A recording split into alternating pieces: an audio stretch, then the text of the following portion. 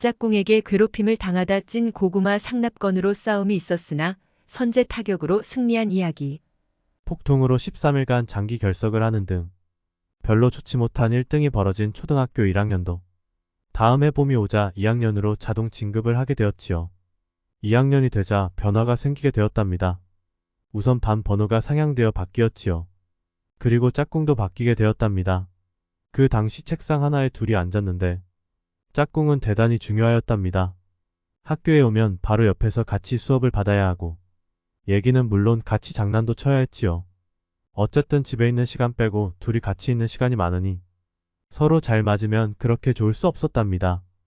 1학년 짝꿍은 그런 때로 괜찮은 편이었는데 초등학교 2학년 때 만난 짝꿍은 최악이었답니다.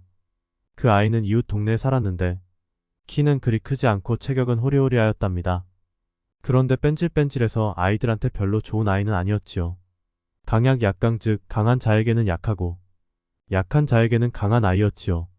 자기보다 못한 아이한테는 우쭐댔지만 반장같이 강한 아이한테는 꼼짝을 못하였답니다. 이런 아이가 내 짝꿍이 되었으니 2학년이 시작되자마자 나의 학교 생활은 괴로운 나날이었답니다. 짝꿍이 되자마자 그는 책상 가운데를 38선으로 나누어서 이 선을 넘으면 가만 안 둔다고 선언하였지요. 어쩌다 보면 책상 가운데를 넘을 수 있었는데 그럴 때마다 눈을 부라리는 것이었습니다. 쉬는 시간이면 자기 자리를 침범하였다고 소리를 질러 나를 나쁜 놈으로 만들었지요. 그가 큰 소리를 쳐대니 다른 아이들은 내가 큰 잘못이라도 저질렀다고 생각하였을 것입니다. 그의 기선제압 전법은 잘 통하였지요. 자연히 그의 앞에서 주눅이 들 수밖에 없었답니다. 그와 눈도 잘 마주치지 못하였지. 그는 툭하면 나를 무시하면서 심부름을 시키기도 하였답니다. 다른 아이들의 연필이나 지우개 등을 나한테 빌려오라고 시키는 것이었습니다. 정말 웃기는 녀석이었지요. 자기가 쓸 것 같으면 직접 빌리면 될 것이지 나한테 꼭 시키는 것이었답니다. 그러면서 자기가 시켜서 빌린다고 하지 말라는 것이었습니다. 어쩔 수 없이 내가 물건을 빌리기라도 하는 양 친구들에게 비굴하게 사정을 하면서 빌려왔지요. 그런데 문제는 그렇게 빌렸으면 바로 돌려주어야 하는데 그렇지 않았다는 점이었습니다. 빌려준 아이는 나한테 빌려간 지우개 등을 빨리 돌려주지 않는다고 화를 내었지요. 조심스럽게 짝꿍한테 빌린 물건을 달라고 하면 그는 오히려 나한테 화를 냈지요.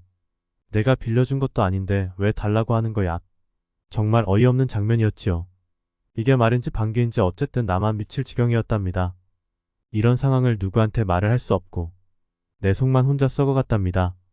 그해 가을이었지요. 8살 인생 나에게 가을은 가을이 아니었답니다. 짝꿍인 그 녀석 때문이었지요. 하루는 녀석이 그러는 것입니다. 야, 너희 집 고구마 많이 심는다는데 왜 나한테 얘기 안 했어? 이 녀석은 내가 무슨 큰 잘못이라도 한 것 이냥 시비를 걸어왔답니다. 그런 것이 아니라 다른 집처럼 그냥 고구마 심고 있어. 내가 어물거리자 그는 더욱 윽박질렀지요. 그러면서 폭탄 선언을 하는 것이었습니다. 잔말 말고 내일부터 찐고구마 2개씩 가져와. 와, 이것은 뭐라 말해야 좋을지 모를 상황이었지요. 어쩔 수 없이 그 녀석의 말을 들어주어야 했습니다. 어머니가 햇고구마를 찧어서 솥에 넣어두면 그 중에서 2개를 골라 종이에 쌓아 선반 위에 두었다가 다음날 아침 책보를 쌀 때 몰래 넣어서 학교에 가지고 갔지요. 그러던 어느 날은 동네 친구들과 놀기에 바빠서 미처 고구마를 챙기지 못하여 빈손으로 학교에 갔답니다. 왜 고구마 안 가져왔어? 녀석은 도끼 품은 얼굴을 하며 윽박질렀습니다. 내가 깜빡 잊어버려 못 가져왔다고 변명했지만 통하지 않았지요. 녀석은 수업 끝나고 나를 학교 뒷산으로 끌고 가서 때렸습니다. 빡! 요란한 소리와 함께 이마에서 별들이 번쩍거렸지요. 녀석의 손끝은 매서웠답니다. 나는 부풀어 오른 이마를 부여잡고 사정했답니다. 알았어, 꼭 가져올게. 녀석은 눈을 부라리며 최후 통첩을 날렸지요. 약속했어. 안 가져오면 죽을 줄 알아. 어쨌든 나의 인생은 하루하루가 고역이었습니다. 그 녀석 집에서는 고구마도 안 심는지 환장할 노릇이었습니다.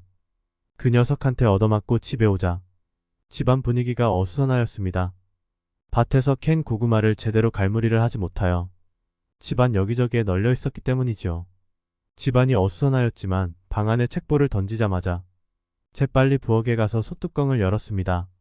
그리고 솥에 있던 찐 고구마 2개를 종이에 싸서 선반에 감추어 두었습니다. 우선 찐 고구마 2개를 확보해 놓아서 마음이 안심되었습니다.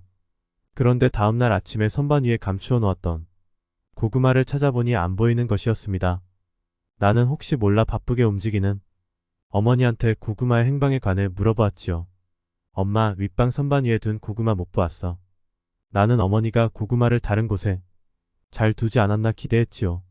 그러나 청천벽력 같은 소리를 들어야 했지요.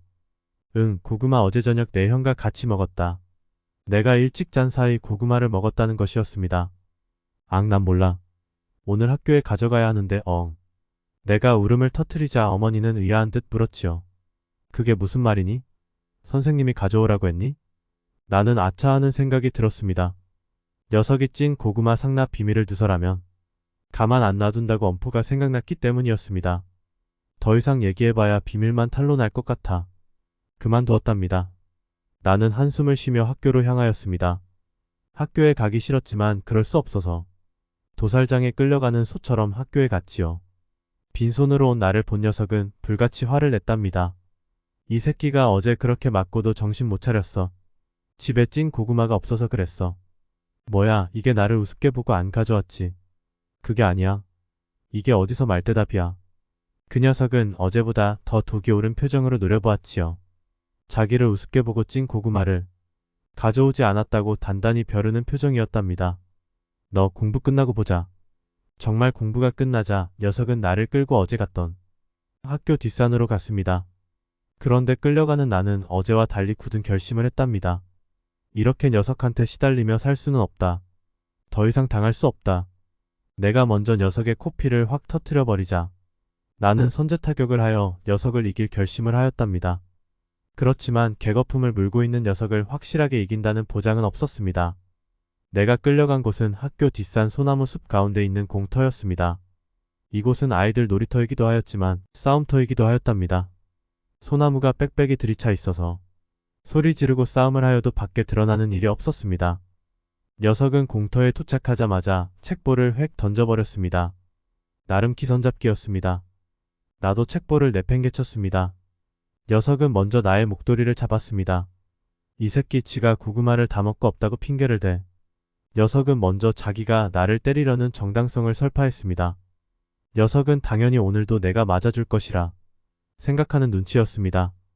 그러나 오늘은 어제의 내가 아니었지요. 나는 목도리를 잡은 그의 손을 획 뿌리쳤습니다. 그가 계산에 넣지 않았던 나의 행동에 빚을 댔습니다. 그러자 녀석의 허점이 보였지요. 바로 얼굴이었답니다. 나는 꽉 쥔 주먹으로 녀석의 코를 정통으로 때렸지요. 정광석화 같은 선제 타격이었답니다. 태어나서 처음으로 빨리 움직인 손동작이었답니다. 금방 녀석의 코에서 코피가 주룩 흘러나왔습니다. 코피가 나자 녀석은 갑자기 울어댔답니다. 그 당시 싸움의 룰은 먼저 코피를 터트리는 사람이 이기는 것이었습니다. 어쨌든 내가 먼저 코피를 터트렸으니 누가 뭐라 하여도 이긴 게임이었지요. 그리고 녀석의 울음소리도 스스로 패배를 자인하는 소리였습니다. 생각보다 너무 싱거운 결과였습니다. 이런 녀석한테 지금까지 그 수모를 당해왔던 것입니다. 나는 울고 있는 녀석의 머리통을 한 번 더 갈겨주었습니다. 정말 완벽한 승리였습니다. 와, 내가 이겼다. 환희의 함성을 질렀습니다. 정말 우리나라가 월드컵 4강에 진출한 것, 그 이상으로 찾아온 기쁨이었답니다.